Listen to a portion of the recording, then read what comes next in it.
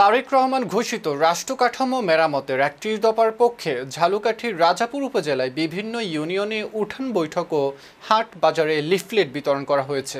শুক্রবার ১০ অক্টোবর অনুষ্ঠিত এই কর্মসূচিতে নেতৃত্ব দেন ঝালকাঠি ১ রাজাপুর কাঠালিয়া আসনে বিএনপির মনোনয়ন প্রত্যাশী গোলাম আজম সৈকত। এ সময় তিনি ৩১ দফার মূল বক্তব্য ও উদ্দেশ্য তুলে ধরেন এবং জনসাধারণকে বিএনপির এই গণমুখী রূপরেখা সম্পর্কে অবহিত করেন।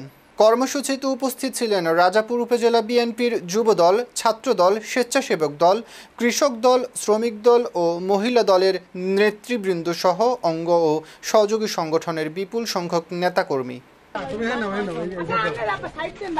সকলকে তারেক রহমান খালেদা জিয়ার পক্ষ থেকে শুভেচ্ছা। আবাসনের ব্যবস্থা করেছে। এই আবাসন ব্যবস্থার স্বপ্ন ছিল সেই প্রয়াত নেতা শহীদ রাষ্ট্রপতি জিয়াউর রহমানের।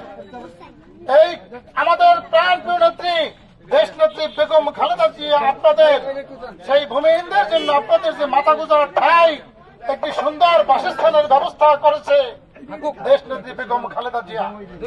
তাই এই গুচ্ছগ্রামের স্বপ্ন খালেদা জিয়ার হাতে সফল হয়েছে।